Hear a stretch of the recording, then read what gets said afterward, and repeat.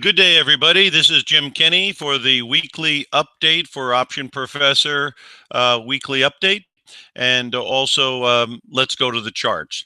Today's date is July the 28th, 2018.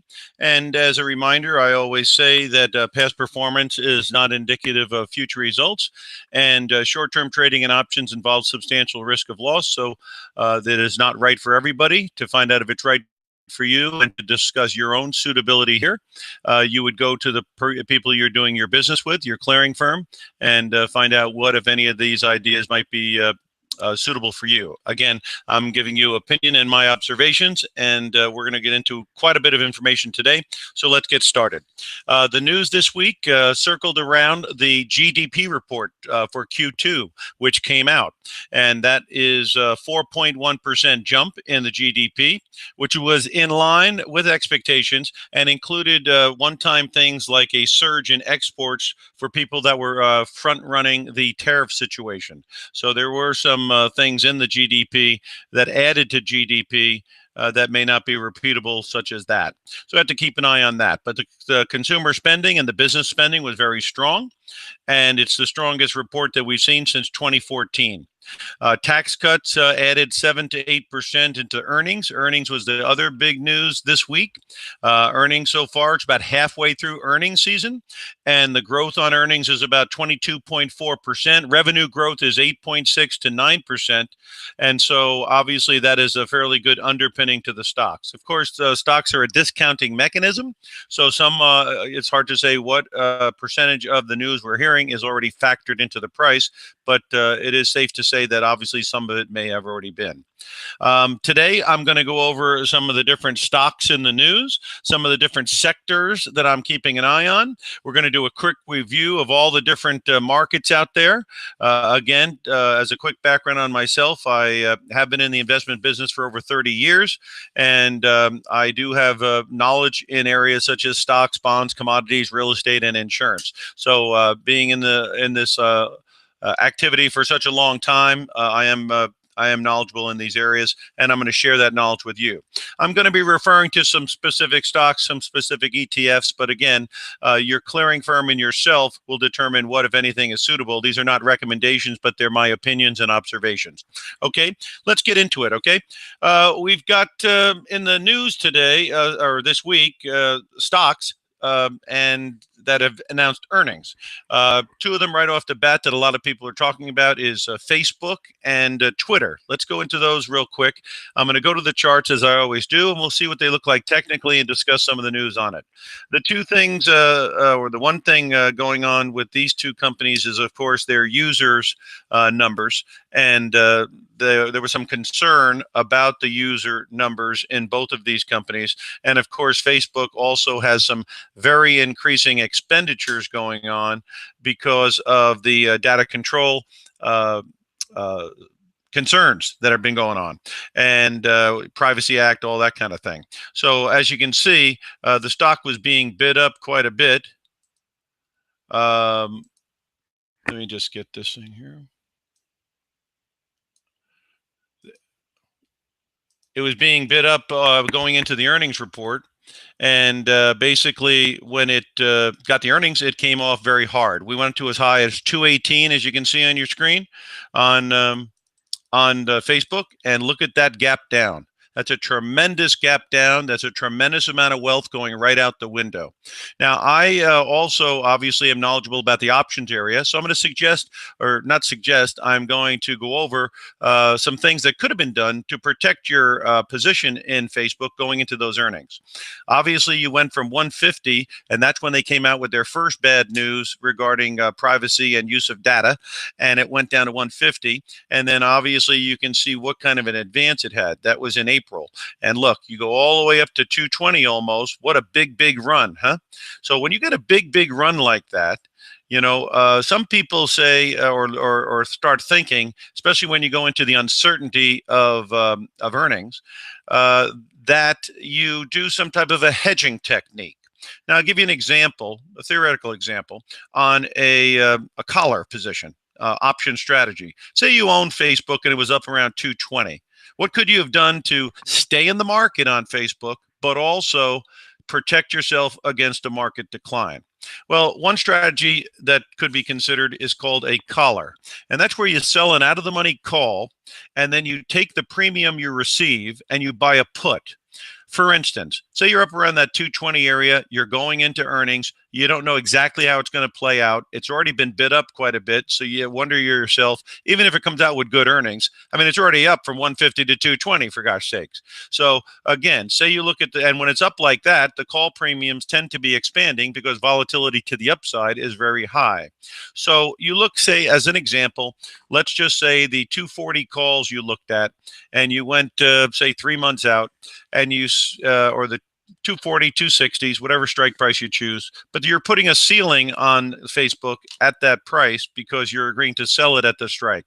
So say you take the 240 call as an example, and you got $6. So now you agreed to sell the stock for 240, and you've received $6 of premium. On every 100 shares, that's $600. What you do then is you take that premium and you use it to buy something like a 210 put, as an example. So say you took a 210 put, which gives you the right to sell at 210, and you pay $6 for that. So as a theoretical example, you've sold the 240 call for 6, and you've bought the put at 210 for 6. So you spent the cash flow, you got no cash flow, but you also used the cash flow to buy the put. Now, let's say what happens is we go down to 175 like we just did. Rather than losing between 210 and 175, which is $35, let's say you had 1,000 shares. Now you're talking about 35 grand out the window right now. Paper loss if you're not taking it, but still, again, a loss of equity. You would have the put at 210. Okay, so the put at 210 minus where it is, let's say 175, that's $35 in the money. So that's $35,000 that you've protected of value because you sold the out of the money call at 240 and bought the 210 put in this theoretical example. That's why people do collars. And the time to do collars sometimes is when the markets are very high and they've had a very big run and there's uncertainty ahead. And you go and say to yourself, the trees don't grow to the sky. This might be a time to hedge or protect myself. And again, obviously in hindsight, that would have been a beautiful move to do. And those who own Facebook would be happier today had they done it. But that's an example of a collar position. And a collar position is trying to use cash flow created by the call option to pay for your insurance put. And then when and if an accident occurs, like what we've seen, your insurance protects your equity. I think it's a very effective strategy. Of course, it's like any other strategy. You want to employ it at the right time.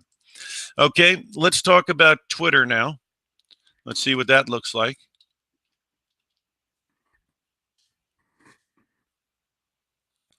There's Twitter, another same story, right? You're a big run up going into the earnings, all the way up from what, 25 bucks almost to almost 50, 47.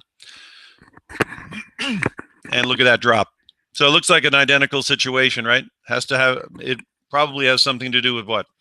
Data control, privacy control of the for the information, and also users. Again, one thing about Facebook to remember, they do own Instagram, and Instagram is obviously a more popular situation with the younger people, and the Facebook seems to be more popular with the older people. So right now, the older people users seem to be backing off a little bit. I think Instagram probably did pretty good for them. Okay, let's turn towards other stocks in the news. Keep the ball rolling here. And another one there was Amazon, huh? Amazon came out, and I think their revenues were a little bit lighter than expected, but their earnings were up. So there's still a couple of major businesses that they could be a disruptor in. One is content, and the other is healthcare. So there's still some growth potential in this growth company, but it is getting closer to becoming an earnings story and not a growth story as much. And of course, that revenue miss is why some people think that it had no business rallying. And of course, it did close low on the day. You can see the high of the day was 1,880 bucks. So it opened up and at 1876, opened real strong. And then what? People realized that, hey, those revenue numbers weren't that great. And, we've already bid this thing up. I mean, look at this thing. It's gone from $1,400 to almost $1,900, since April. So, people are buying in advance of good news. And that's why sometimes it's buy the rumor and sell the fact. The rumor is they're going to do great in the second quarter. The fact is they did, and then boom. But they didn't do quite as well on the revenue front, and that concerned people because, again, this is definitely priced as a growth stock. Look at the PE ratio up there. It's a pretty high one, right? Okay, so again, same story. You get up there about 1,900 bucks, and you used to be at 1,400. That's the time to maybe look at that collar position. Sell the out of the money call at 2,000 bucks. Take the premium and buy a put underneath, and then you still have upside potential to the strike, but you've also got what? You've got downside protection. And when these things go up like this temporarily, they sometimes can have pullbacks. Look what happened in March. You were at 1,600, dropped all the way down about 250 bucks. So even the good ones go down sometimes. There's a big gap down here, or there's some kind of a gap down here around 1,500 to 1,600. I don't know that it'll pull back that far, but a move down towards 1,700 doesn't look like it's out of the cards. And there's some support down there around 1,700. But that was a big volume buy-in. You see the volume at the bottom of the chart there, 10 million shares. That's a big volume, and sometimes that big volume is a turning point. You see back in April when we were way down, the volume jumped up. That was the end of the drop, right? Back there in February, big volume jumped, and that was a drop. That was the end of the drop. Is this the end of the rally? Could be, according to some people, temporarily. Long term, people are still very positive on this, but in the short run, there could be trouble in River City as far as the price is concerned. Okay, let's look at Google.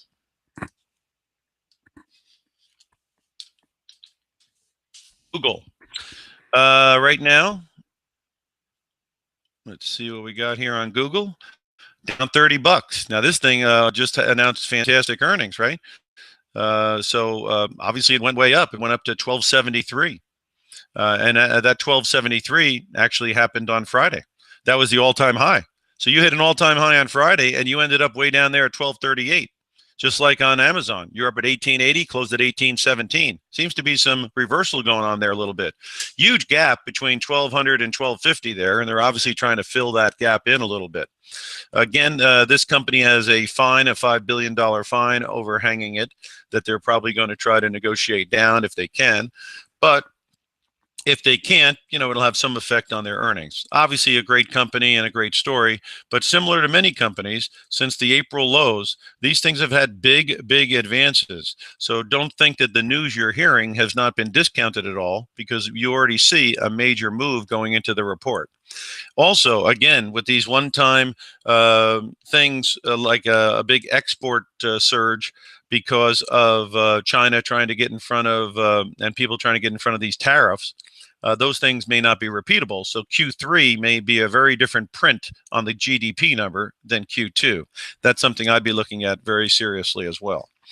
Okay, so there you go with Google. Again, big, strong uptrend, just like Amazon. Great company, just like Amazon. But again, everything does reach an apex on a short-term basis. You can see sometimes in the past year, you've had some pretty substantial drops. You had going from about 1,200 all the way down to 1,000 not that long ago. So these things can have pullbacks, and Q3, maybe the month of August, it could see some pullback off of these all-time highs. We'll have to see. Okay, Intel was another one that came out this week, and these are all stocks in the news. And Intel, another one. The tech sector obviously, had a big run up, and the bloom came off the rose this week. If you want to just summate it like that, you had a big run up on Intel from the April lows, as you can see, and you went all the way from about 40 bucks and change all the way above 55 and change. So obviously the gap down was pretty significant, and it does look like it took out some support there. So, again, there's definitely the bloom coming off the rose on the tech sector, at least temporarily. Okay, so that's that's a little evidence on what's happened to some of the tech stocks. Let's look at an oil stock, ExxonMobil. That came out as well, and that is another one that had some problems here last week as well. It went up to as high as $89 earlier this year, came back up towards 84, and this one came back down pretty sharply this week. As you can see, it gapped down a little bit. Look at that dividend yield, though. That dividend yield looks pretty good at 4%, and the trend looks like it still is okay. You wouldn't want it taking out 78 bucks. But if it doesn't take out 78 bucks, there could be some future to it. But certainly, this is another one where the bloom came off the rose as well this week. We'll have to see how next week works. Again, the oil prices have been volatile. I'll get into that in a couple of minutes here. But again, the collar strategy is the out-of-the-money selling of a call, taking the premium, buying a put, and time to time, it can be a very effective way to stabilize your equity rather than having to drink gallons of Maalox because the volatility is killing your stomach. Okay, turning towards a financial stock, Goldman Sachs. Now, the financials have been coming back a little bit, and so I'll show you that in a minute when I go over the sectors real quick. Goldman Sachs, you're at 237, but it did recently drop all the way down to about 220 or say 219, 220. So that's the line in the sand. If you're bullish on Goldman Sachs, if you think there's been a turn, then obviously that's the level you certainly would not want it taking out. The volume, you see a big jump in the volume right near the lows. Okay, so that's one of the reasons you could start, looking at this thing thinking, has there been a turn? Because price to book on Goldman Sachs right now is in some people's view pretty attractive, and if it went to a 1.7 or 1.8 price to book, they are thinking that the stock could have $50 or $100 in it on the upside, which is quite a big run. Again, how would Goldman Sachs get the earnings to jump up like that? Mergers and acquisitions, trading activity, and the firm does have a new CEO, and he may be going in different directions that may be more profitable than the other things they've been doing. But this is a company, that has had a big drop from over 270 all the way down to 220. And if you do believe in the future of Goldman Sachs, again, 220 is looking like a fairly good low area. And so any pullbacks that you could see, it might be worthwhile to start taking a look at that. If you're a believer that the economy is strong and will stay strong, if you're a believer that mergers and acquisitions may pick up, and you do believe trading activity may be positive, and that the new CEO could get something going as well. Okay, last thing is CBS, big news on that, and then we're going to move on. Les Moonves or Moonves, whatever his name is, obviously is under some heat, and they also have a lot of things they're arguing about with Viacom, a lot of lawsuits, a lot of contention, and so this company gave it up pretty hard last week. We were up at 60 and now we're at 54, and you did take out the 55 number. So if this thing stays under 55, obviously there is a gap there that it's obviously trying to fill. If it does fill that gap and bounce out, then maybe this is a temporary situation. If it fills that gap and takes out 50, then I think it's a more serious situation even for long-term holders. So keep an eye on the CBS. Again, the news out of their CEO is not too comforting, and arguing with and lawsuiting with Viacom and Sumner Redstone's family and all that, that has not been so positive either. If you have any stocks that you'd like me to take a look at, or you'd like to review different things about, I'm available at an email address, which I will give out at the end of the broadcast. So keep an ear open for that.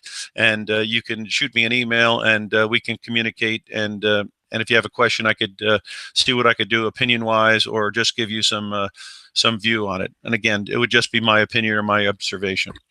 All right, let's go over a couple of sectors here. With regards to things that I'm keeping an eye on. If we are going to have a fourth quarter rally and a rally going into the first quarter of next year, which some believe is going to happen, there's a couple of sectors that I've been keeping an eye on that might be able to improve. A rotation out of tech could very easily be happening. You saw the graphs on the tech stocks. Some of them have gapped down, and those gap downs could be a prelude to staying down for a while. So where's the money go when they come out of tech? It could be rotating into some of the sectors that I'm mentioning, and I'm going to mention a couple right now. First one is your financials, and again, there are many ETFs out there. I'm not recommending anything specific to anybody here. I'm just showing my opinions and what I'm thinking. Here we go. Vanguard has a financials, right? And basically, these are going to have some of the larger cap companies in them. And as you can see, the ETF had a nice big run going into January, and like all the banks and financials, they had a sell-off. And this one came down towards under 68 bucks a share. Let's look at the detailed quotes, because I like looking at moving averages because that is a indicator to me of price and time, and it gives me some idea of what has been happening. And what has been happening, 200-day average is 69.76. You see the bottom here where it says 250-day, 69.76, and the 200-day, 69.96. So the longer this thing can stay above 70, then these moving averages can invert and move higher. So I'd be keeping an eye on this. And again, if it can start appreciating a little bit off of this 70 number and some time goes by, this thing may be something of interest because, again, this would expose you to the financial sector. And again, this is one of many ETFs. I'm just going to be showing you some of the Vanguard ones that I'm familiar with. Okay, so there you go. It's trading above the 200-day and the 50-day. And like I say, we'll see how this month of August unfolds. But when and if the financials do get moving, if we can get this thing above 70, keep it above 70, this would be something of interest to me. Okay, next sector is going to be the industrials. And on the industrials, Vanguard has a fund on the industrials. Let's take a look at the chart. You can see that one has turned the corner a little bit after the decline. And this thing went from 150 early in January. Same thing, big move in January. Hadn't done anything since January. Back and forth, back and forth, back and forth, just like the S&P, right? But again, we went to the 2850 mark on the S&P. I'll show you that in a second. But if we start breaking above 2850 and then 2900, then I think that the financials and the industrials will be playing ball in there. And so this could be some place where some of that tech money could rotate because the relative value seems to be a little lower than the tech right now. So the industrials and looking at the moving averages. Take a look there. 140. Oh, let's get. We don't need these here. Hold on. 140 is the 50-day. And 140.33. So the 200-day and the 50-day are merging just like they are on the financials. So it's very interesting. And as you can see, it's trading 143. So it's above the 200 and the 50-day. And the longer it does that, those averages can start inverting and turning up. So the financials and the industrials, they look kind of interesting if you're bullish for the fourth quarter and beyond. Okay, let's take a look at Europe, because they did have a little easing of tensions with regards to the EU was in town this week, and supposedly they had this happy talk, and the happy talk, definitely helped the DAX. The German stock market went up pretty good. So if you are thinking that Europe might be decent, again, just like the other, January, big run up to 44. Just like the industrials and the financials, not much to talk about, but they do look like they have hit some lows and they are turning up. So if you're a believer that Europe may be doing better as the year goes on and these tariff things will start fading, and the economies over there will start picking up again, then of course this ETF on Europe would benefit from that. Let's take a quick look at the moving averages on that real quick. Okay. 39.60, 41. So they are inverted to the downside. So again, if you'd like to see the moving averages turn up before you participate, it's early. Okay, but keep an eye on it, because obviously it's had a correction. It's right around the moving averages. If it gets above there and starts turning up, then the future of this thing would brighten up. It's been pretty cloudy, but the clouds could break if we start trading above 40, 42, something like that, and they could have a future going up towards the highs of earlier this year. If, again, the whole board goes, I would imagine this could participate. Emerging markets. A lot of people are... again, these are things that people were touting in January that went way out of favor. But the reality is if the markets turn and break out of the trading range on the S&P that it's been in, these things have a decent chance of participating. And there's your emerging markets. Used to be up at 52, dropped all the way down to 32, and again, just like a lot of them, starting to make a turn. So if there is going to be a turn in the S&P to break out, and if the tariff thing's going to back off, then I think the sectors that I just was talking about might do well. One international one, specific country one that people are looking at is Brazil. And the reason is they are supposedly a commodity-oriented country that may benefit from these tariffs. As you can see, it's already gone from about 31 up to 36. So that move has already started. If it has a pullback, it might be worthwhile to take a look at. Let's take a look at the moving averages. And again, this is an ETF that used to be way above 45, so it definitely had a correction. See, the moving averages are still inverted at 34 and 40. So again, there's no real good moving average trend right now. So this could be just a bounce. That's why you got to be careful. That's why I like to look at the moving averages on things, because it gives you an idea of the flow of traffic over a 50-day basis and a 200-day basis. Okay, I'm going to very quickly go over some things right now and just briefly give you my view on it. Okay, let's talk about S&P right now. This is going to be called around the horn. S&P, again, still a little bit range bound. It filled that gap I talked about in my last broadcast. Remember I said if you listen to the last broadcast, it might go up to that 2850 area and fill that gap that we had from January when it came down. Well, it went up and filled that gap. And what happened at 2850? It went back down and closed at 2818. So again, it could be just having a short-term pullback, or August might be a month that sees further correction. Only time will tell. But clearly it filled the gap, so that move is over, and now it has rolled over. Was it buy the rumor, sell the fact on the GDP report?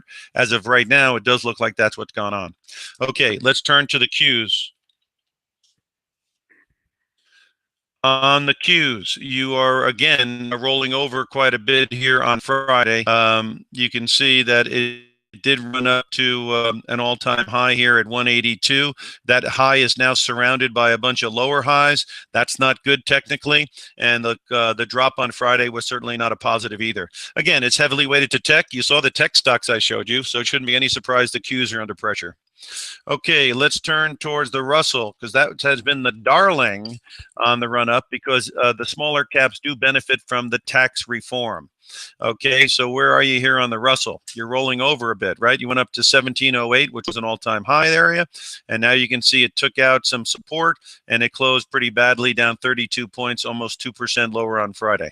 So again, the Russell has again lost its luster a little bit too, which is indicating that it's not impossible the month of August could be a corrective month, as people are more concerned that the Q3 GDP might not be as robust Q2. Turning to the next one here is the transportation average. That started to go pretty good. Those are your railroad stocks, your UPS, your FedExes, and all that kind of stuff.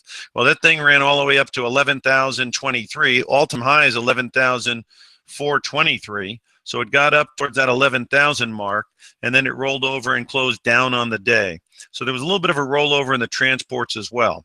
We'll have to see what happens next week. It is end of month on Tuesday, so there could be some window dressing Monday and Tuesday, and we may not get a better idea until later in the week. There is an unemployment report on Friday. We're looking for 213,000 jobs next Friday, so if they don't get that, that might be something that could be an indicator as well. I mean, an instigator as well. Turning towards interest rates, they started to go up. You know, they say that the tariffs can slow GDP growth and it can increase inflation. If that's in fact true, that's obviously what would spook, and the big GDP numbers spooked the bond market a little bit. Treasury notes down at 280, all the way up now towards 3. And so that was a pretty big jump in interest rates in the last week or so. People tell me, and I get the idea, that if you are in the fixed income market, keeping your duration short makes a lot of sense. The reason for that is simple. You get 2.84 on a 5-year note on a treasury, 284. If you go out 10 years, you're getting 296. And if you go out 30 years, you're getting right around 3, a little over 3. So one guy's loaning money for 5 years, he's getting about 285, and for only about 0.15 more income, he is what? He's loaning money for 30 years. So that's what they're talking about, inverting the yield curve, because the Fed's hiking, short-term rates are jumping much more than long-term. That means people in the long term are not saying there's any inflation in our future. Are they right or wrong? Only time will tell. But when you've got a 30-year instrument about 3 and you got a 5-year instrument at 285, you're talking about no differential to speak of in yield. So that is indicating, again, people think there's no inflation in the future and the Fed hiking is going to continue. Real quick before we close up here, I just wanted to also go over the dollar. So let's take a quick here. And I got just a couple of minutes before I shut off here. So let me just get to two things real quick. The dollar index, as you can see on the graph here, it's had a big run and it's having a hard time getting through 96. My premise in the 94, 96 area is going to be a high area, and on the euro, the 115 area is the low area, and we are going to have a little bit of change in trend possibly as we go into later in the year and next year. Some people do not like the strong dollar, and in fact,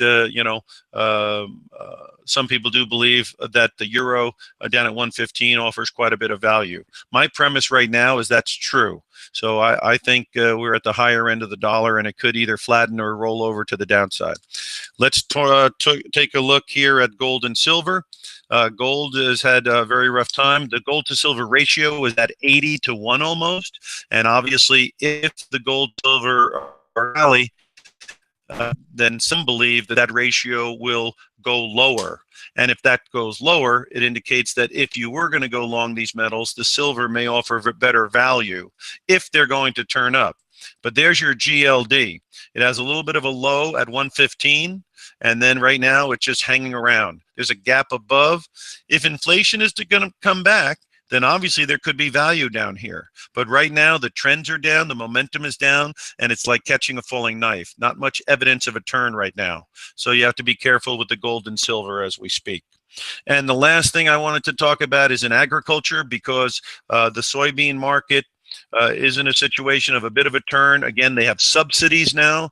I think $12 billion have been set aside for subsidies for the soybean or the grain people, because the tariffs are hurting them, because China is not buying the soybeans. They have boats and boats off their harbor that they're not bringing in and they're not unloading. So again, Europe said they would buy more of our soybeans, but to put that in perspective, Europe is 1/10 the size of the buyer of soybeans. Obviously, Europe beans is not going to offset China not buying them by any stretch of the imagination. Huge drop in soybeans, as you can see from this graph.